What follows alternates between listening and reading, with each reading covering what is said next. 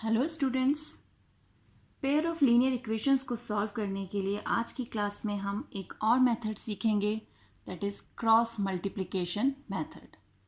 अब इसे cross multiplication method हम क्यों कहते हैं, ये जब हम इसका फॉर्मूला बनाएंगे तो आप वहाँ से समझ पाएंगे कि इसे हम क्रॉस मल्टीप्लिकेशन क्यों कहते हैं। तो अब पेयर ऑफ लीनियर इक्वेशन, तो हम मान लेते हैं हमारी पहली इक्वेशन है a1x plus b1y plus c1 is equal to 0 और सेकेंड इक्वेशन हो गई a2x plus b2y plus c2 is equal to 0।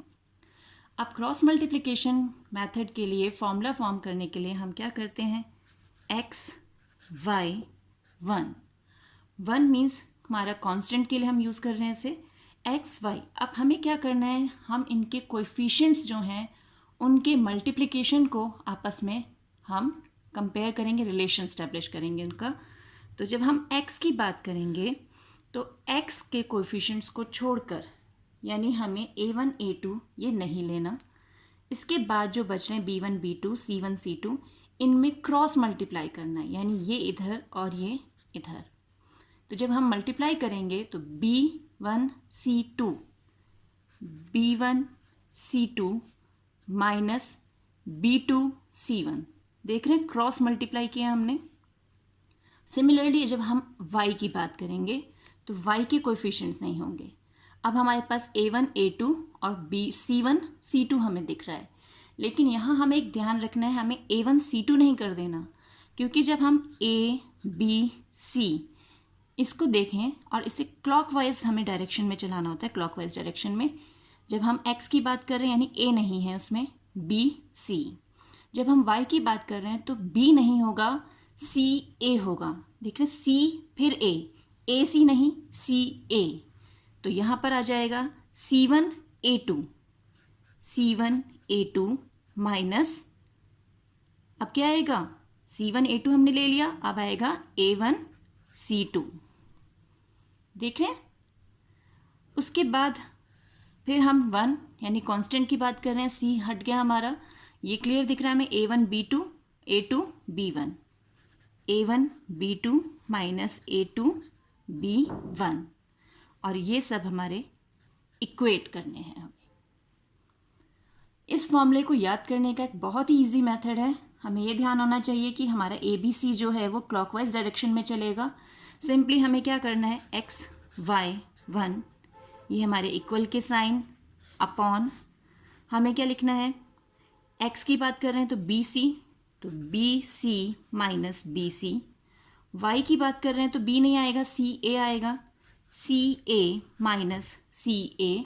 और 1 की बात कर रहे हैं तो c नहीं आएगा, क्या रह जाएगा, A B minus A B.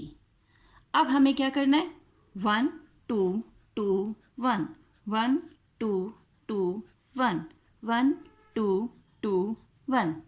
देखिए सेम फॉर्मूला बन गया। तो इस ढंग से हम इस ट्रिक से इस फॉर्मूले को इजीली लर्न कर सकते हैं। तो ये है हमारा क्रॉस मल्टीप्लिकेशन मेथड के लिए फॉर्मूला।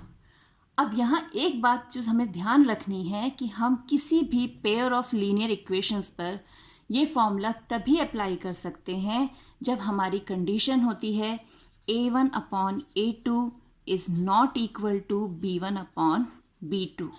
ये बहुत ही इम्पॉर्टेंट थिंग है हमारे, अगर ये कंडीशन है तभी हम ये फॉर्मूला अप्लाई कर सकते हैं। यानी अगर हमारे पास यूनिक एंड कंसिस्टेंट जो सॉल्यूशन है तभी हम अपना क्रॉस मल्टीप्लिकेशन मेथड किसी भी पेयर ऑफ लीनियर इक्वेशन को सॉल्व करने के लिए यूज़ कर सकते हैं। अब हम एक एग्जाम्पल के थ्रू इस फॉर्मूले को समझेंगे कि हम किसी क्वेश्चन पे कैसे अप्लाई करेंगे। अब मान लीजिए हमारे पास क्वेश्चन है 2x plus 3y is equal to 46 and 3x plus 5y is equal to 74। तो सबसे पहला स्टेप है कि हम इन इक्वेशन को इनके स्टैंडर्ड फॉर्म में लेकर आएँ, यानी 2x plus 3y minus 46 is equal to 0 and 3x plus 5y minus 74 is equal to 0। अब क्रॉस मल्टीप्लिकेशन मेथड हमें इस पर अप्लाई करना है, तो सबसे पहले हमें चेक करना होगा whether a1 upon a2 is not equal to b1 upon b2। कि वो इसके नॉट इक्वल है या नहीं। तो यहाँ पर अब here a1 is equal to 2, a2 is equal to 3, b1 is equal to 3 and b2 is equal to 5, c1 is equal to -46 and c2 is equal to -74। अब हम यहाँ क्लियरली देख सकते हैं कि 2/3 is not equal to 3/5। Therefore, cross multiplication method can be applied. Cross multiplication method can be applied. तो हमने सबसे पहले तो जो उसकी कंडीशन है जिसके लिए हम उसे अप्लाई कर सकते हैं या नहीं, हमने सबसे पहले वो चेक किया।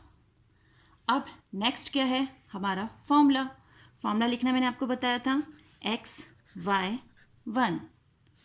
फिर x नहीं है, x लिया तो a नहीं लेंगे, यानी क्या आ जाएगा हमारे पास BC 1 2 2 1।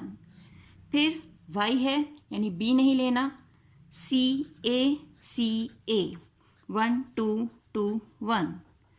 फिर 1 यानी कांस्टेंट c नहीं लेना हमें, A B 1 2 2 1। ये हमारा फॉर्मूला बन गया। अब इस फॉर्मूले में हमें सिंपली क्या करना है, वैल्यूज़ को पुट करना है। अब a1 a2 ये सब वैल्यूज़ हमने पहले से ही लिख लिया है। तो x/b1, b1 क्या है हमारा 3, c2 is -74 minus b2 is 5 into -46, ये x हो गया। अब y/c1 is -46, a2 is 3 minus, अब हमारे पास क्या है c2 is -74, a1 is 2 is equal to 1/, अब 1/, में हमारा क्या है a1 b2 a2 b1, a1 is 2 b2 is 5 minus a2 b1 यानी 3 इंटू 3। अब हम इसे सिंप्लीफाई करना है, इन को सॉल्व करके 3 इंटू -74 और इन्हें सॉल्व करके हमें आंसर मिल जाएगा 8, x/8। सिमिलरली इसे सॉल्व करके मिलेगा y/10 और यहाँ मिलेगा 1/1। जब हमें इस टाइप से आंसर मिल जाएगा, लास्ट स्टेप हमारा होगा कि हम एक बार ये टर्म और कांस्टेंट टर्म इनको कंपेयर करें, दूसरी बार y के लिए ये टर्म और कांस्टेंट टर्म इसको कंपेयर करें। जैसे अब हम सबसे पहले x/8 और y/10 जो है उसमें से x/8 को कंपेयर करते हैं। x/8 इज इक्वल टू 1/1, तो x की वैल्यू क्या आ गई, ये इधर गया ये इधर गया, x is equal to 8। Similarly y/10 is equal to 1/1 again, तो यहाँ से हमें मिल जाएगा y इज इक्वल टू 10। तो इस ढंग से हम क्रॉस मल्टीप्लिकेशन मेथड अप्लाई करके x और y की वैल्यूज़ को फाइंड आउट कर सकते हैं। बस हमें ये ध्यान रखना है कि पहला स्टेप, अगर इक्वेशंस जो हैं वो स्टैंडर्ड फॉर्मेट में नहीं है तो हमें उसे स्टैंडर्ड फॉर्मेट में लाना है। जैसे हमने यहाँ पर 46 हम इधर लेकर आए is equal to 0, standard format में ले लिया। फिर a1 b1 हमने सारे कोएफिशिएंट्स लिखे, चेक किया कि हमारे पास इसमें यूनिक सॉल्यूशन, कंसिस्टेंट सॉल्यूशन है या नहीं। अगर है तो फिर हम फॉर्मूला अप्लाई करके उसे सॉल्व कर सकते हैं। सॉल्व करने पे हमारे पास टर्म्स कुछ इस ढंग से आएंगी। उसके बाद हमें एक बार x की टर्म को कंपेयर करना है और एक बार y की टर्म को कंपेयर करना है। इस ढंग से हमें x और y की वैल्यू मिल जाएगी। तो आई होप आपको ये मेथड समझ में आ गया होगा। मिलते हैं एक और वीडियो में, तब तक keep practising and enjoy maths.